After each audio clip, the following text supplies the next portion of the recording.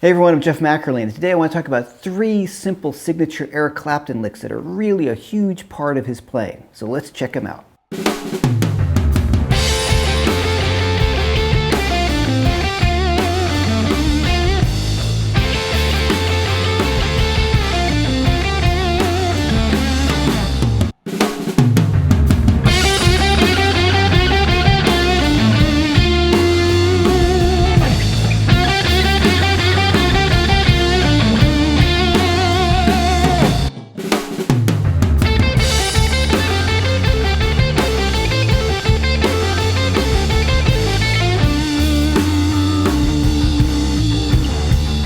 So before we get into the licks, if you like my channel, please hit the like and subscribe button and the notification bell, and that'll let you know when I have new videos released.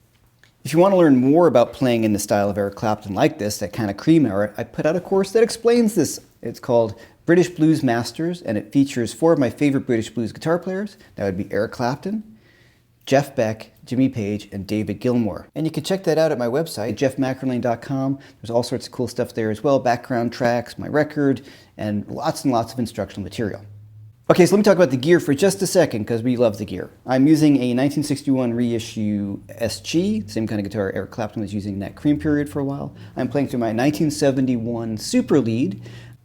I have it cranked, but I'm running into the Universal Audio aux to keep the volume completely down, or else I would be dead from the amount of volume of sitting in front of an amp this loud.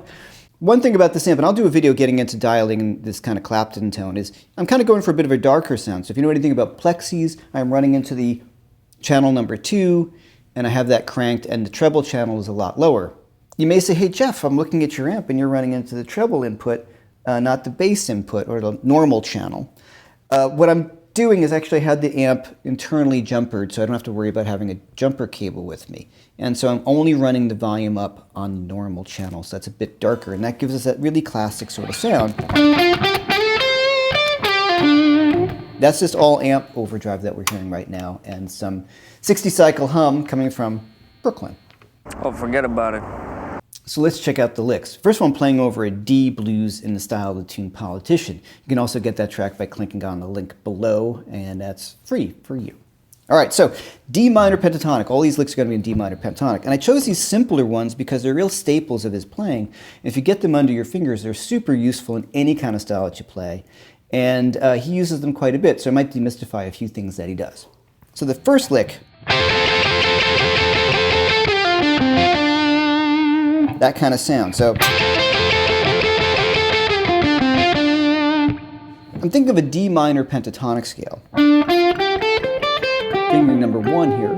What I'm going to go to fingering number 2, and I'm going to slide back to fingering number 1. I'm going to start off with this double stop. I have a G and a C.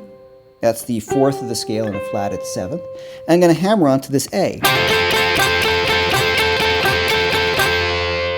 So both those notes, if you're thinking about a D7 chord, if we're playing over that, D, F sharp, A, and C, or if we're thinking more like a D minor sound with our tweaked flat 3rd, those 2 notes are both contained in a D minor 7 chord or a D7 chord, but simply or easier said, they both sound good. This sounds good. Now you could slide those, but it sounds different. In Clapton, it took me a while to figure this out, that he actually hammers it. So it's a very simple lick. I'm holding down a double stop. 1, 2, 3, 1, 2, 3.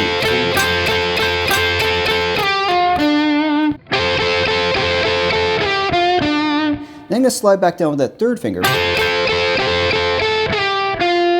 So I slide quickly down from the A to the G to the F, kind of bend that note a bit, and then sit on my D. I can end it any way I want, it's just that's the point of the lick. It's a cool thing to play. It adds a lot of excitement right off the bat.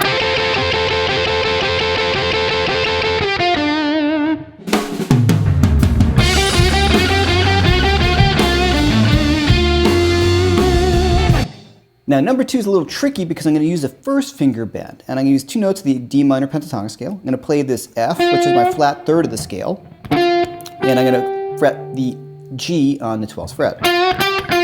So instead of going,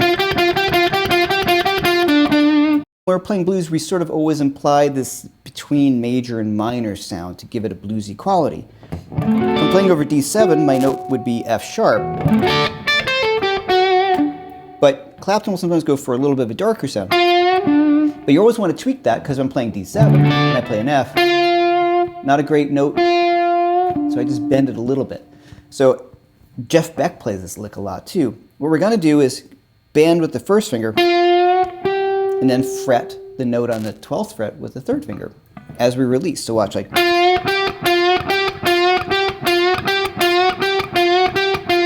So it's really kind of a timing issue. Bend, release that bend, and then as you release the bend, you fret the G note.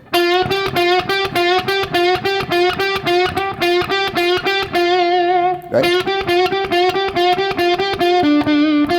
It's a really great sound.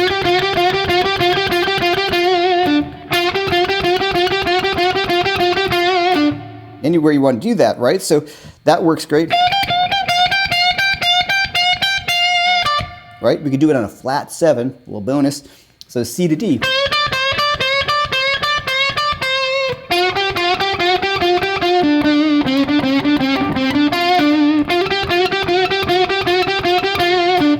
So let's mix those two. First lick. Right? So the idea is we take these two little licks and put them together and we have a nice, cool, longer phrase.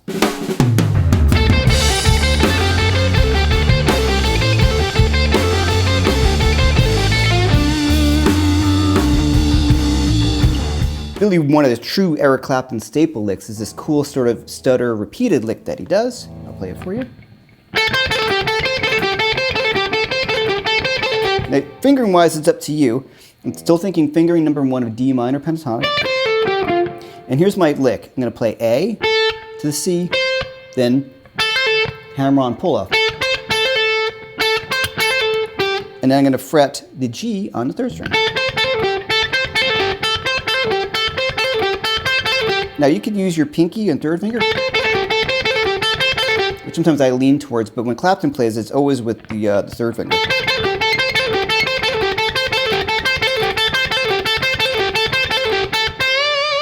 And how you end it is any way that's up to you, but that's a cool. Now the trick on this thing, it's staccato. And staccato, really, I'm just stopping the notes with the pick as I play them. I'm not going, I'm letting everything kind of ring out. So you notice my pick comes down onto the strings.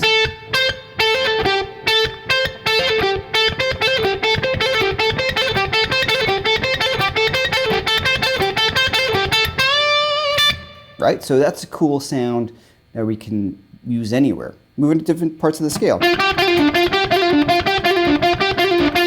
Does that all the time.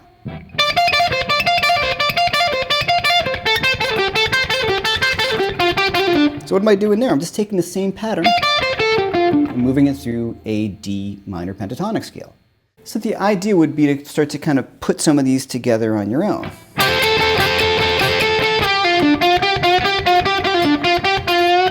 So you see what I did there?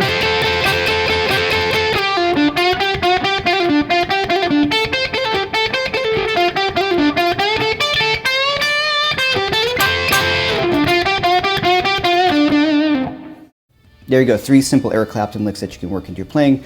And he plays these licks throughout his whole career. They're real staples of his. And I think they're worth every guitar player getting under their fingers because you hear many, many other guitar players play them. Did he come up with them? Who knows? He listened to a lot of Freddie King, Albert King, B.B. King, all those guys. It's very common blues vocabulary.